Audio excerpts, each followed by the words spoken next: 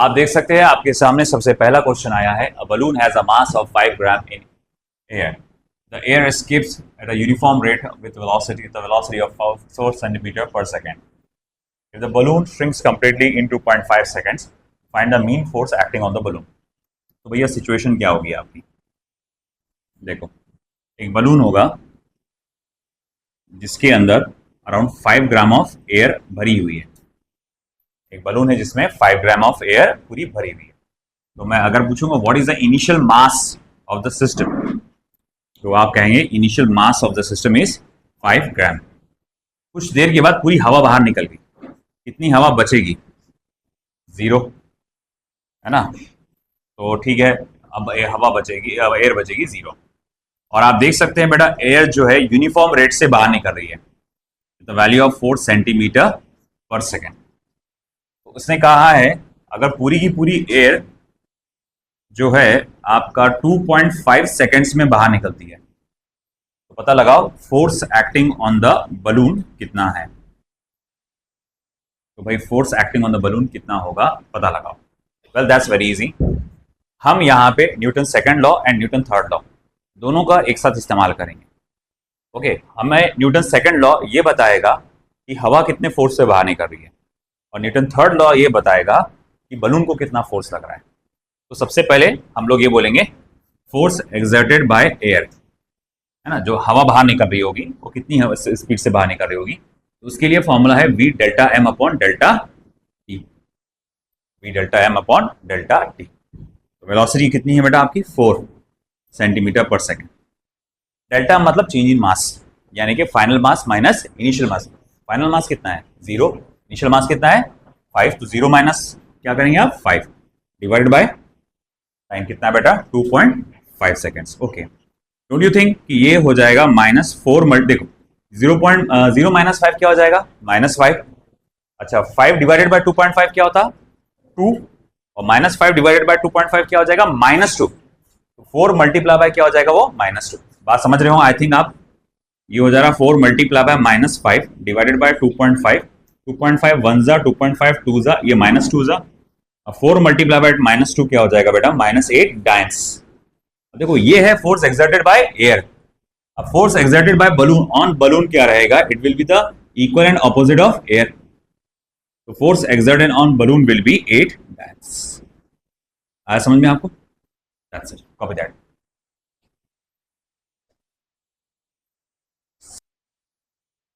एक बहुत आसान सा क्वेश्चन, आपको फोर्स दिया गया है 6i cap minus 8j cap plus 8k cap Newton.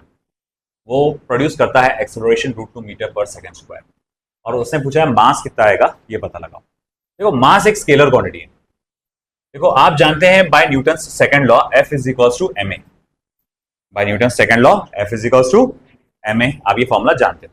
अगर आपको मास निकालना है तो फोर्स को एक्सेलरेशन से क्या करना पड़ेगा? डिवाइड करना। देखो बेटा आपका मास एक स्केलर क्वांटिटी है, तो फोर्स को एक्सेलरेशन से जब आप डिवाइड करेंगे तो वो भी एक स्केलर क्वांटिटी आना चाहिए। आप देखेंगे एक्सेलरेशन तो ऑलरेडी स्केलर फॉर्म में है, मगर फोर्स क्या है बेटा? वेक्टर फॉर्म में नजर आ रहा है। तो ये एक प्रॉब्लम है। तो मुझे क्या करना पड़ेगा फिर? पहले वेक्टर को स्केलर में कन्वर्ट करना पड़ेगा। अब वेक्टर को स्केलर में कैसे कन्वर्ट करते हैं? फोर्स तो वेक्टर फॉर्म में है, मगर उसको स्केलर फॉर्म में कैसे आएगा बेटा? जिन लोगों का वेक्टर नहीं हुआ ध्यान दीजिए बेटा, है ना, कि आप देख सकते हैं फोर्स वेक्टर फॉर्म में। फोर्स वेक्टर फॉर्म में होने का मतलब यहाँ पर डायरेक्शंस नजर आ रहे होंगे। आप सोच रहे हैं कैसे डायरेक्शन? ये आई कैप, जे कैप, के कैप है ना, ये सब डायरेक्शन बताते हैं। ये बताता है कि फोर्स की वैल्यू एक्स एक्सिस पे 6 न्यूटन, माइनस वाई एक्सिस पे मतलब नीचे की तरफ आपका 8 न्यूटन, और जेड एक्सिस मतलब सामने की तरफ 9 न्यूटन।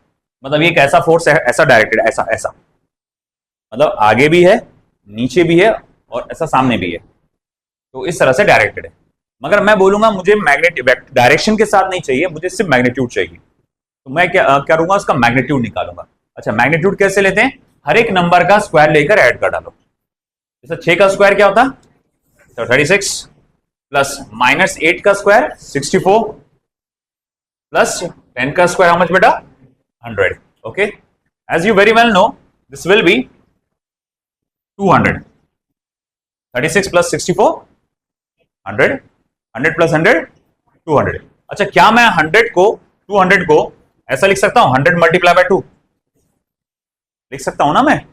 अच्छा 100 को बाहर निकाल सकता हूँ रूट के, तो क्या बनेगा वो 10√2, दैट्स करेक्ट, 10√2 न्यूटन। आगे बात बेटा समझ में।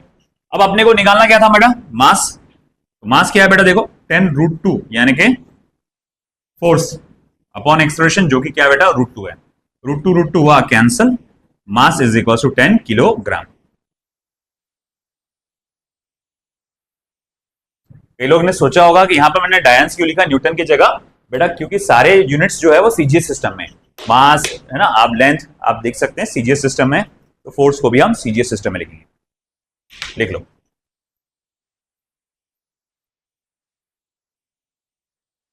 चलिए एक और बहुत आसान सा क्वेश्चन हमारे सामने है, बस थोड़ा सा मल्टीपल कॉन्सेप्चुअल क्वेश्चन है ना। अब यहां पर हमको दो चैप्टर्स का नॉलेज लिंक करना है, एक है मोशन ऑफ स्ट्रेट लाइन और एक है लॉज ऑफ मोशन। ये दोनों चैप्टर्स का नॉलेज हमें लिंक करना है और वो दोनों को लिंक करके हमको प्रॉब्लम को सॉल्व करना है। कैसा, देखो, while launching a rocket of mass 2 × 10⁴ kilogram. आप एक रॉकेट लॉन्च कर रहे हो जिसका मास कितना बेटा आपको दिया हुआ 2 × 10⁴ किलोग्राम। तो भैया एक रॉकेट मैंने लॉन्च किया जिसका मास फलाना फलाना है। अ force of 5 × 10⁴ 5 Newton is applied. उसको रॉकेट को लॉन्च करने के लिए 5 × 10⁵ न्यूटन का फोर्स अप्लाई किया गया फॉर 20 सेकंड। कितनी देर के लिए अप्लाई किया आपने, 20 सेकंड्स के लिए। देखो जब भी किसी चीज पे आप फोर्स लगाते हैं, जब भी आप किसी चीज पे फोर्स लगाते हैं तो उसका मोशन एक्सेलरेटेड या रिटार्डेड होता है ना। अगर सेम डायरेक्शन में फोर्स लगेगा, जिस डायरेक्शन में मोशन हो रहा है या मोशन करना है उसी डायरेक्शन में आप फोर्स लगाते हैं तो स्पीड बढ़ती है ना। अब भाई गाड़ी चल रही है, एक यूनिफॉर्म स्पीड से गाड़ी चल रही है, मैं उसी डायरेक्शन में ढकेलता हूं उसको, स्पीड बढ़ेगी। अच्छा स्पीड बढ़ने मतलब कौन सा मोशन, एक्सेलरेटेड मोशन। और अगर एक्सेलरेटेड मोशन में डिस्प्लेसमेंट वेलोसिटी निकालना रहा तो उसके लिए क्या यूज करते अपन, बोलो, काइनेमेटिकल इक्वेशंस। समझ में आ रही है ना बात। तो हमको यहां पर अगर डिस्प्लेसमेंट वेलोसिटी ऐसा कुछ भी यूज करना रहा या निकालना रहा तो हम लोग उसके लिए काइनेमेटिकल इक्वेशन का इस्तेमाल करते हैं। तो इसने बोला है what is the velocity attend by the rocket at the end of 20 second. देखो आपने रॉकेट को लॉन्च किया तो पहले मतलब वो रेस्ट पे होगा, फिर उसके बाद ऊपर उड़ा होगा, और कुछ अराउंड 20 सेकंड के बाद उसकी स्पीड क्या होगी ये पूछा है आपसे बेटा, है ना। तो मतलब तुम ये सोचो एक दिए गए टाइम के बाद स्पीड क्या होगी ये पूछा है तुमसे, और ये मोशन कैसा है, खास तौर से एक्सेलरेटेड। तो भाई अगर मोशन एक्सेलरेटेड है और आपसे डिस्प्लेसमेंट वेलोसिटी ऐसा कुछ पूछता है या टाइम पूछता है तो हम लोग क्या यूज करते हैं, काइनेमेटिकल इक्वेशन। तो मैं यहाँ काइनेमेटिकल इक्वेशन का इस्तेमाल करूंगा। तो बोले ठीक है आप काइनेमेटिकल इक्वेशन का यूज करो, v = u + at। आप ये वाला फॉर्मूले का यूज कर सकते हैं। तो फिर मैं कहूंगा ओके v = u, u तो 0, अच्छा v का ठीक है, चलो ठीक है 0 + f/m × t। तो v = आपका f कितना है बेटा, तो मालूम करना है। अच्छा वेलोसिटी कितनी दिया हुआ है ना बेटा, 5 × 10⁻, अच्छा दिया 5 × 10⁵ न्यूटन। टाइम कितना है 20, मास कितना है बेटा 2 × 10⁴ 2 1 = 2 10 ज़ा। देखो ये कटेगा, एक 10 छोड़ के जाएगा, 10 और 10 100 5। तो v = 500 मीटर/सेकंड। आई बात समझ में, ठीक है। अब एक अल्टरनेट मेथड देखो, यहां पर अल्टरनेट मेथड शायद ये आपको ज्यादा आसान लगेगा। देखो आप जानते हैं अगर मास कांस्टेंट हो तो हमारे पास फोर्स का फॉर्मूला है m∆v/∆t। तो मैं इसको ऐसा भी बोल सकता हूं mv2 - v1 T2 - T1, या जस्ट t भी बोल सकते हैं आप। देखो अब हमारे पास ये दिया हुआ है कि फोर्स कितना लगाए थे आपने, 5 × 10⁵ मास कितना था बेटा 2 × 10⁴। देखो v2 कितना था वो निकालना है, v1 कितना है बेटा 0, और टाइम कितना दिया है 20 सेकेंड्स। 1 सेकेंड देखो ये और ये कट के यहां 10 बचेगा, और 2 1 = 2 10 ज़ा, ये 10 इसके साथ मल्टीप्लाई होगा 100 × 5। तो यानी v2 = क्या हो गया बेटा 500 मीटर/सेकंड। आई बात समझ में, आइदर ये या ये दोनों में से कोई भी एक कंसेप्ट इस्तेमाल करो जो आपको बेटर लग रहा, आपको जो ज्यादा समझ रहा, मतलब ऐसा नहीं ये आसान दिख रहा है, कंसेप्चुअली आप जिसको ज्यादा पकड़ पा रहे कि हाँ भाई ये मुझे कंसेप्चुअली समझ में आया, ये फॉर्मूला क्यों यूज हुआ, ये कैसे हुआ, उसको ज्यादा रिलेट करके सॉल्व करो।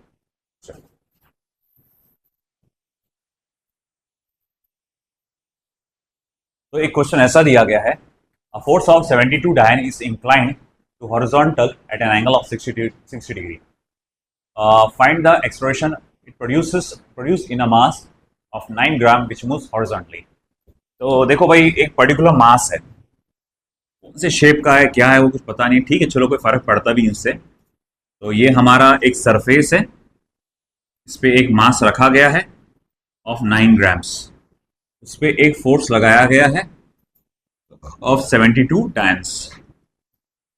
ओके, और इस जो फोर्स लगाया गया है, it is making an angle of 60 degree with the horizontal. Find the expression produce which moves horizontally. मैंने ये देखा कि ये आपका जो बॉक्स है वो हॉरिजॉन्टली आगे बढ़ रहा है। अच्छा ठीक है, जिस डायरेक्शन में वो बॉक्स आगे बढ़ेगा एक्सेलरेशन उसी डायरेक्शन का होगा, है ना। अब जैसे फॉर एग्जाम्पल, अब ये देखो, ये चेयर है, ध्यान दीजिएगा बेटा। अब ये चेयर को मैं ऐसा खींचते हुए लेके आ रहा हूं, है ना। अब अगर आपने नोटिस किया होगा, जो फोर्स लग रहा है उसको इंक्लाइंड है, जो फोर्स जो लग रहा है उसको कैसा बेटा, इंक्लाइंड है। ऐसा सीधा एकदम ऐसा हॉरिजॉन्टल फोर्स है कि ये ऊपर है क्या, ऐसा नहीं, ये ऐसा इंक्लाइंड फोर्स है बेटा, है ना। अच्छा, इससे चेयर थोड़ी सी ऊपर उठी थी, मगर जब मोशन में थी, जब मूव हो रही थी, तो ये ऊपर जा रही थी या राइट साइड में हॉरिजॉन्टली आगे बढ़ रही थी, हॉरिजॉन्टली आगे बढ़ रही, मतलब ऊपर जाने में इसका कोई कंट्रीब्यूशन नहीं है। अच्छा, अगर मान लो कि वो मोशन इधर हो रहा था, तो एक्सेलरेशन भी इधर ही हो रहा होगा, है ना। तो हम कहेंगे जिस डायरेक्शन में एक्सेलरेशन हो रहा, हमें फोर्स भी उसी डायरेक्शन का लगेगा, है ना। तो मैं कहूंगा देखो भाई, हमारा क्योंकि एक्सेलरेशन इस डायरेक्शन में हुआ है एक्स एक्सिस पे, तो हमें फोर्स भी एक्स एक्सिस वाला ही लगेगा।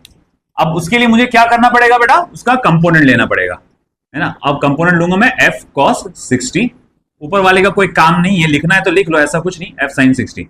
जो बेटा बच्चे नए हैं, मैं आपको बता दूं कंपोनेंट्स कैसे लेते हैं। देखो, हम क्या देखते हैं, हम सिस्टम में एक्स एक्सिस वाई एक्सिस बनाते हैं। ओके, सिस्टम में क्या बनाते हैं बेटा, एक्स एक्सिस और वाई एक्सिस। हम देखते हैं ऐसा कौन सा फोर्स है जो ना ही एक्स पर है प्योरली। देखो, अगर कोई फोर्स ऐसा लग रहा, कोई फोर्स ऐसा लग रहा, ये फोर्स कौन सी एक्सिस पे लग रहा, एक्स एक्सिस पे, उसका कंपोनेंट नहीं निकलेगा। अगर कोई चीज फोर्स ऐसा लग रहा, वो कहां लग रहा, वाई एक्सिस पे, उसके भी कंपोनेंट नहीं निकलेंगे। बेटा सब लोग ध्यान दीजिए, हाँ, अगर कोई फोर्स ऐसा लग रहा तो उसके भी कंपोनेंट्स नहीं निकलेंगे।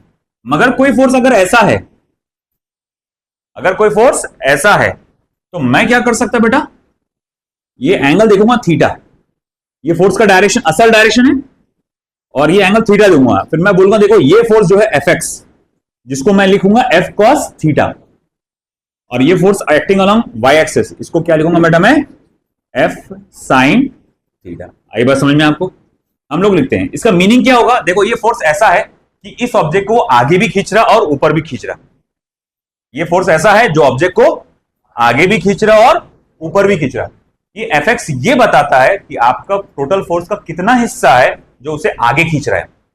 एफ वाई फोर्स ये बताता है कि आपके फोर्स का कितना हिस्सा है जो उसे ऊपर खींच रहा है। आई बात समझ में आपको। और एक और बात ध्यान में रखना, कई लोग गलती करते हैं कि भाई अच्छा एक्स एक्सिस पे हमेशा कॉस थीटा आएगा, नहीं, ऐसा भी नहीं है।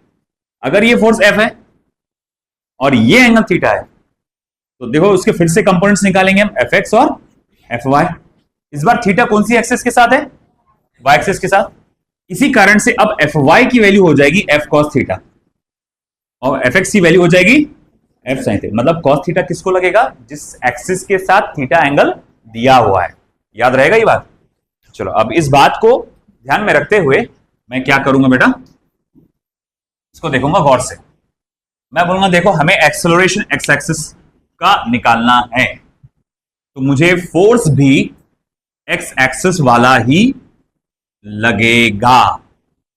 ठीक है, एक्स एक्सिस वाला फोर्स क्या होगा बेटा, एफ कॉस 60 6 डिग्री दिख रहा हो, हाँ, एम इंटू ए एक्स। एफ की वैल्यू क्या है बेटा, 72, 1/2, मास मास मास 9 ग्राम।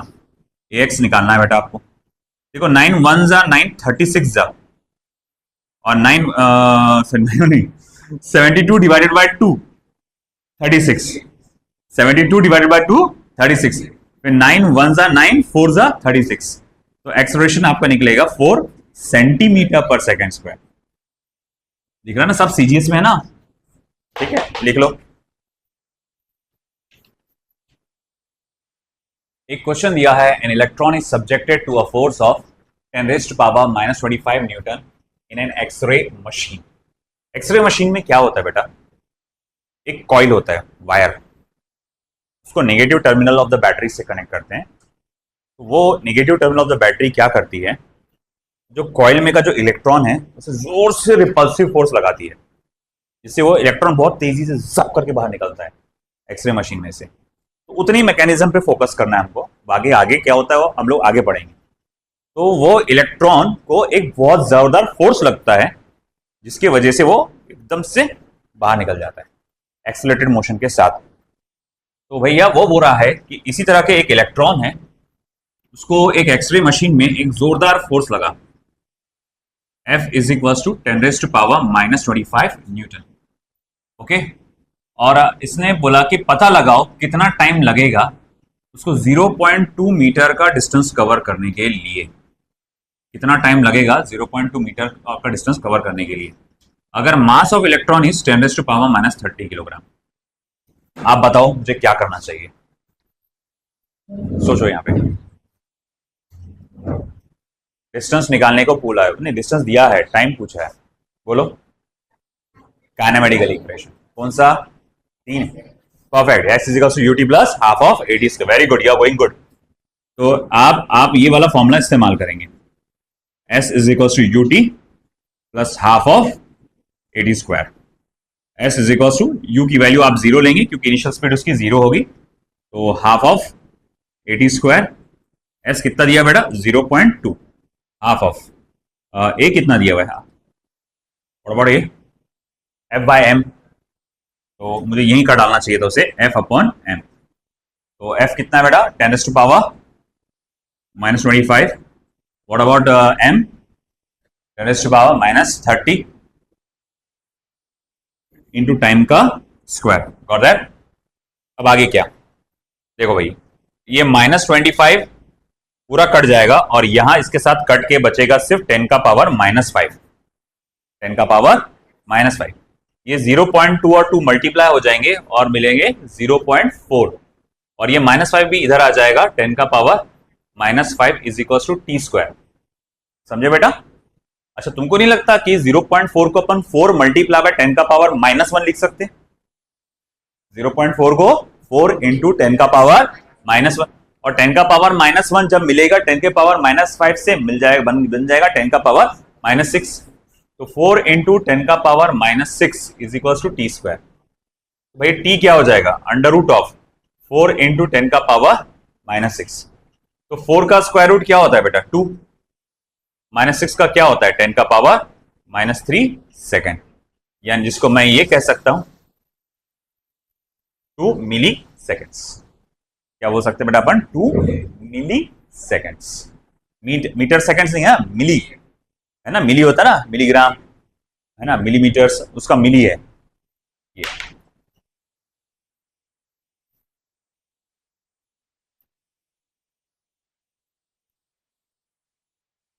ध्यान दीजिए बेटा, एक और अच्छा क्वेश्चन सामने आया है।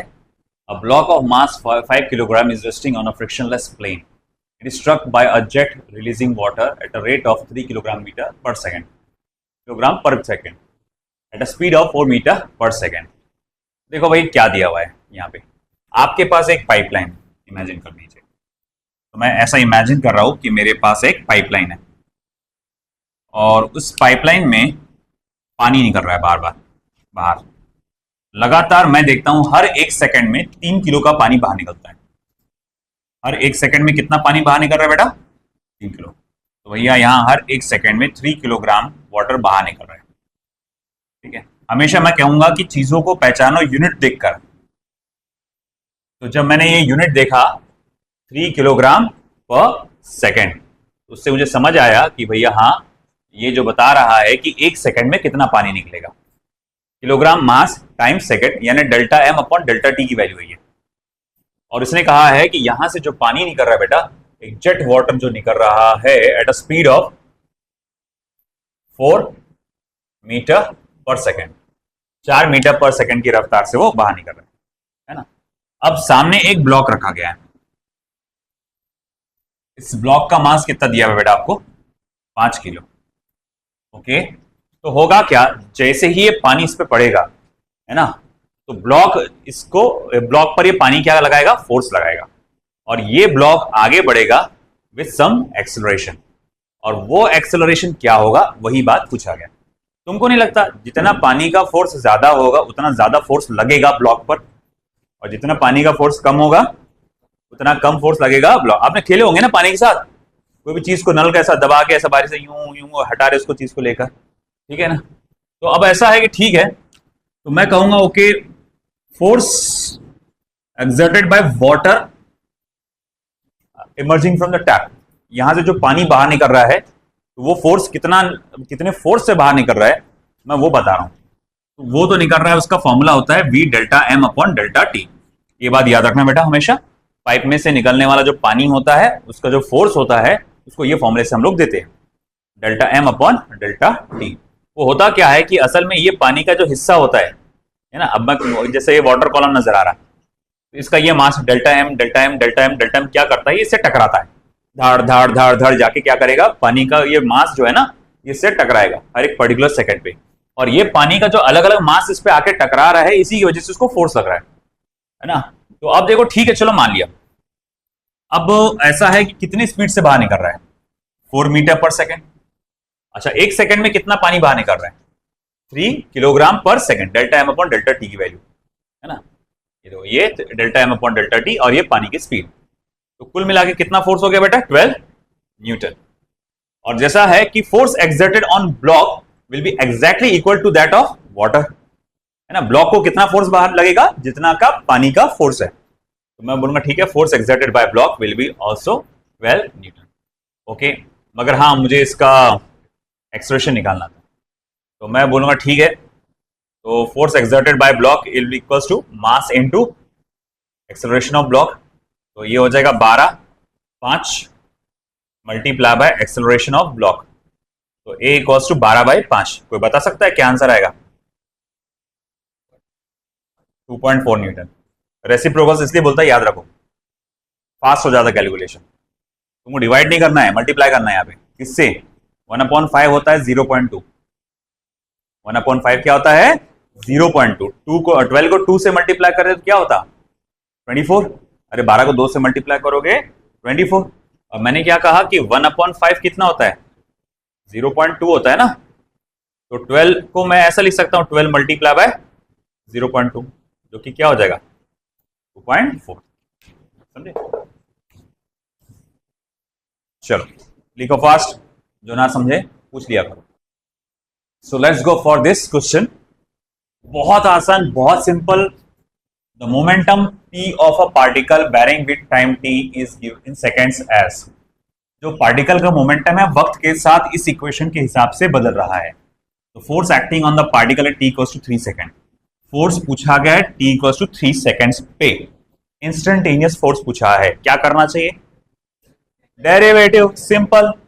तो मैं बोलूंगा एकदम सिंपल। तो इंस्टेंटेनियस फोर्स कैसे आएगा, सिंपल, आपको डेरिवेटिव लेना है विद रिस्पेक्ट टू टाइम। तो derivative of 2 plus 3t square, नए बच्चे ध्यान दे, इसमें करना क्या पड़ता है, यहां कोई भी टी नजर आया है क्या, 2 अकेला है, कोई नंबर, ये सिर्फ नंबर है, उसके साथ कोई वेरिएबल टी नाम का नहीं है, इसका मतलब ये कांस्टेंट है, और कांस्टेंट का डेरिवेटिव 0 होता है। और अब यहां टी नजर आया ना, इसके साथ मल्टीप्लीकेशन या डिवीजन में कोई अगर नंबर रहा, मल्टीप्लीकेशन या डिवीजन में कोई एक नंबर रहा, वो कच्चा नींबू है, उसको करना साइड में, फोकस करना इस पे, करना क्या पड़ता है, ये पावर नीचे लाना पड़ता है ना, ये 2 को नीचे ला लो, ये 3 के साथ मल्टीप्लीकेशन में आ जाएगा, और 1 से कम कर डालो, 1 से कम कर डालो, तो देखो भाई क्या होगा अब यहाँ पे, तो इसका डेरिवेटिव हो जाएगा 0, 3 मल्टीप्लाई बाय, ये 2 नीचे आया, t का पावर 1 से कम होकर क्या हो गया 1, क्या हो जाएगा बेटा ये 6t। तो ये हो गया instantaneous force at time t, मतलब ये बता रहा है कि टाइम t में फोर्स इतना रहेगा, मगर हमें टाइम कब निकालना है, t इक्वल्स टू 3 सेकेंड्स पे, तो the force acting at t equals to 3 seconds will be 6 multiply by 3, that is equals to how much, 18 newton. ये हो गया आपका फोर्स, देखो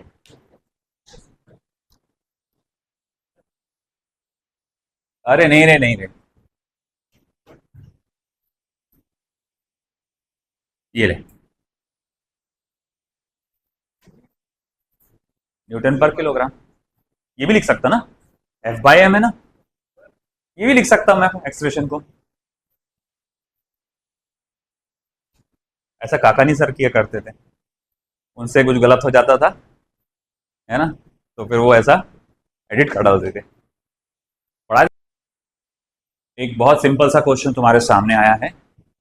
ए force of 2t i cap plus 3t square j cap newton act होता है एक object पे जो एक्स वाई प्लेन में मूव हो रहा है। तो पता लगाओ magnitude of change in momentum क्या रहेगा। Force as a function of time दिया है, टाइम का इंटरवल दिया है, आपसे चेंज इन मोमेंटम पूछा गया है। आप बताइए मुझे क्या करना चाहिए। Integration, force multiply by time का इंटीग्रेशन।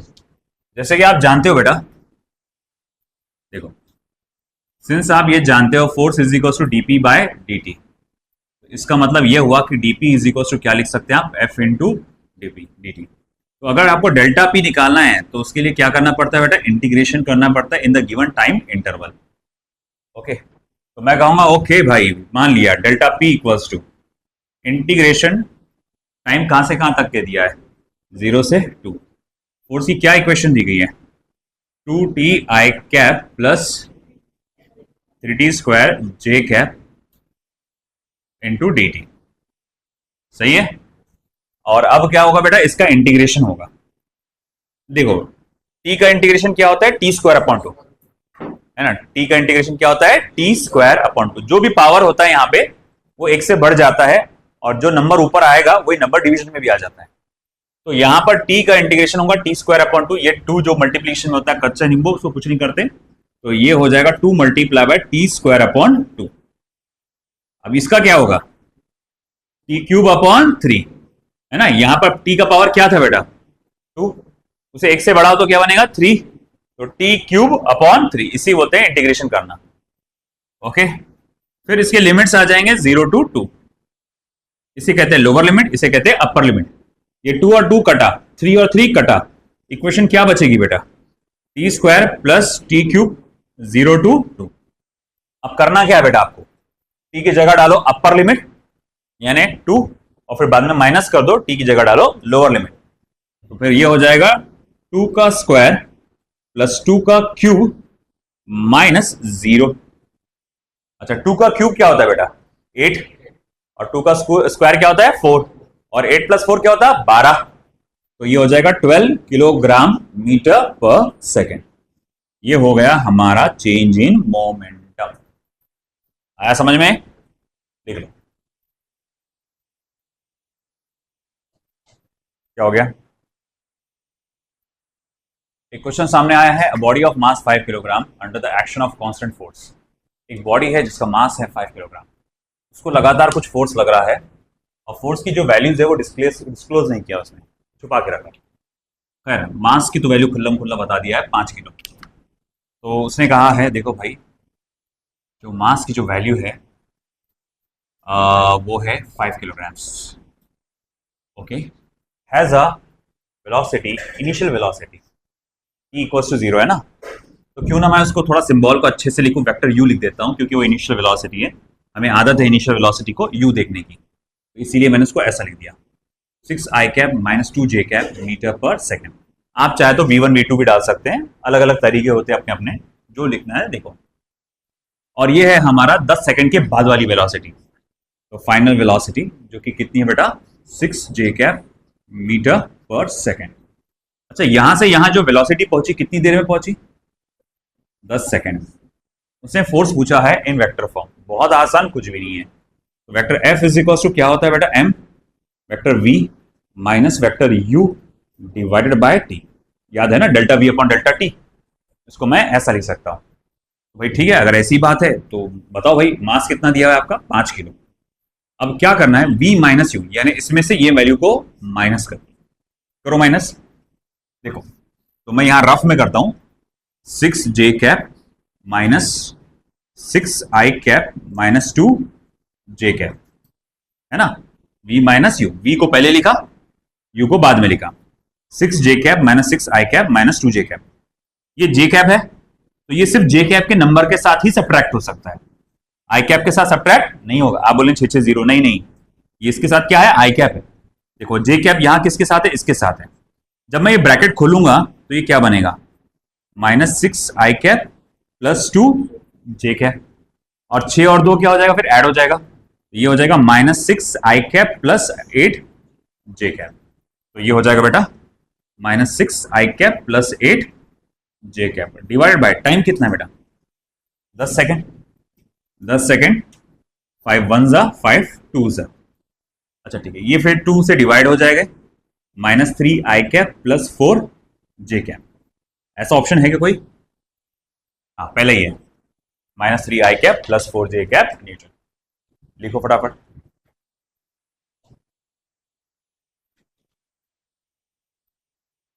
चलिए आज का फिर आखिरी question. A body of mass 2 kilogram is acted upon by two perpendicular forces, 4 Newton and 3 Newton. एक रैंडम कोई बॉडी कंसीडर कर लो। तो मैंने यहां एक रैंडम बॉडी कंसीडर किया ऑफ 2 किलोग्राम। इस पे दो फोर्सेस लग रहे हैं, एक है 4 न्यूटन का और एक 3 न्यूटन का। अब कौन से डायरेक्शन में कौन सा है पता नहीं। आप एक काम करो, मैंने ये 4 न्यूटन यहां ले लिया और 3 न्यूटन मैंने कुछ यहां ले लिया, इधर उधर भी ले सकते हैं, कोई फर्क नहीं पड़ेगा। हाँ, तो उसने बोला magnitude and direction of force of the acceleration of the body. That's very easy बेटा। एक्सेलरेशन का वही डायरेक्शन रहेगा जो टोटल फोर्स का डायरेक्शन रहेगा। तो भाई टोटल फोर्स क्या रहेगा, आप में से कुछ महारथी बोलते हैं सर 7, नहीं रे बेटा, ये एक वेक्टर क्वांटिटी है। यहां पे नेट फोर्स निकालने के लिए हमें डायरेक्शन का ध्यान देना पड़ता है, और यहां पर parallelogram law of vector addition का यूज करना पड़ेगा। तो मैं कहूंगा what is the net force acting on the 2 kilogram block. नीचे लिखता हूं, तो नेट फोर्स विल बी √4 का स्क्वायर प्लस 3 का स्क्वायर प्लस 2 मल्टीप्लाई बाय, वो जरूरत नहीं है, आगे 0 हो जाएगा क्योंकि उनके बीच का एंगल क्या है, 90 डिग्री। ये याद हो जाना चाहिए अब आपको, है ना। परपेंडिकुलर रहा तो ऐसे निकालेंगे। तो ठीक है, जिसका आंसर आप जानते हो अच्छे से 5 आ जाएगा, है ना। इतना तो आप ट्रेन हो चुके हो, 3 और 4 का 5 आ जाता है। अब एक्सेलरेशन क्या रहेगा, it will be the total force upon mass. Total force कितना है बेटा आपका, 5, मास है 2, तो एक्सेलरेशन आएगा 2.5 मीटर पर सेकेंड स्क्वायर। अब इससे ये बात पता चल गई कि आंसर ए और बी में से कोई एक है, ए और बी में से कोई एक है, मतलब कौन सा है वो देखते हैं। यहां डायरेक्शन दिया एक्सेलरेशन का, तो देखो डायरेक्शन उसने 4 न्यूटन के फोर्स के साथ भी निकाला है, 3 न्यूटन के साथ भी निकाला है। चलो पहले 4 न्यूटन के फोर्स के साथ ट्राई करके देखते हैं। मान लो ये डायरेक्शन थीटा है, तो tan theta is equal to क्या हो जाएगा बेटा, opposite side upon adjacent side, यानी equal to theta is equal to tan inverse of 3/4। है क्या ऐसा कहीं लिखा हुआ, 4 न्यूटन के साथ 3/4? जी हाँ, ये पहले ही ऑप्शन सही निकल के आ गया। अगर मैं ये वाला ट्राई करके देखता तो सर ये देखो ना ट्राई करके, तो देखो बेटा अगर ये वाला एंगल लेते हैं अपन, चलो इसको मान लो 5, तो theta tan of 5 is equal to क्या होता है बेटा, opposite side upon adjacent side. तो ऑपोजिट साइड क्या होता है बेटा 4, एडजेसेंट साइड क्या होता है बेटा 3। तो पता चलता है ये एंगल कितना आया, tan इनवर्स ऑफ 4/3। तो एक्सेलरेशन आपका क्या है बेटा, एक्सेलरेशन कितना है आपका 2.5 मीटर पर सेकंड स्क्वायर है। 4 न्यूटन के साथ वो कितना एंगल बनाता है, tan इनवर्स ऑफ 3/4, और 3 न्यूटन के साथ कितना एंगल बनाता है, tan इनवर्स ऑफ 4/3। इसने क्या बोल दिया 3/4, जो कि गलत बोल दिया उसने।